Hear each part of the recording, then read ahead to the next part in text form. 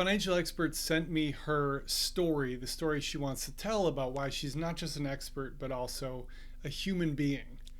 She tells this great story about basically in high school not being prepared for credit cards. She feels like the lesson she learns is just, I don't know, get credit. So in college, she decides one credit card is good, two is better, three is amazing. By the time she graduates college, she's $10,000 in credit card debt at a 25% interest rate, and it takes her a long time to pay this off.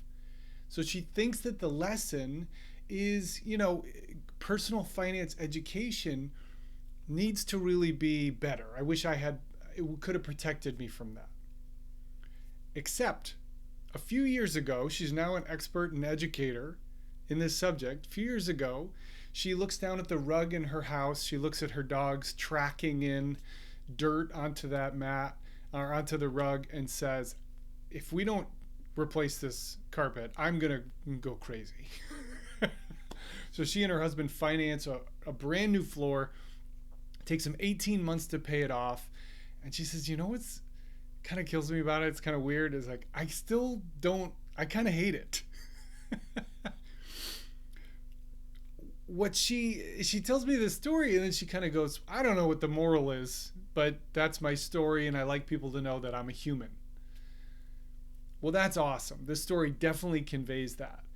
If you get to the end of the story that you're telling, an experience you're reliving, and you end up hearing yourself say long story short, or I don't really know what the point of that is, you've missed the best opportunity that you've set yourself up for. All of that personal experience is teeing you up to teach one specific lesson that you learned that you want your listener to remember. In this case, the question you want to ask yourself is, what did this experience teach me, skill or lesson, that I carry with me to this day? Now, in this person's case, there's a fascinating fascinating lesson that she learned, and this is what it is. Personal financial education is only powerful if it's mapped to who you are and to how your brain and your emotions work. We're all emotional human beings and we make emotional decisions.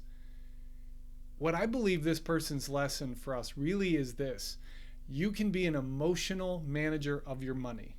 As long as you get good at the skill of recovering when you make a bad decision. You can overspend on your credit card as long as you know that you can accept yourself for who you are, not judge yourself, and that you can get really good at paying that money back. Don't you think that that's a better lesson than just like, don't mess up on credit cards? That kind of takes us nowhere. But the lesson is, look, you might mess up, and frankly, as a human being, you probably will. I have multiple times. But this doesn't disqualify me from teaching you this subject because I've gotten really good at the skill of paying my debt back. So there you go. That's a twofer. I taught you a financial lesson, but I also taught you a storytelling lesson, which is at the end of your story, don't stay long story short. Don't be embarrassed. Don't trail off and say, I don't know what the point is. Just ask yourself, what is a lesson that I learned from this experience that I want to relate to my listener? And trust that your unique experience leads you to a unique lesson that will stand out and make a difference in the ears, in the mind of the person who hears it.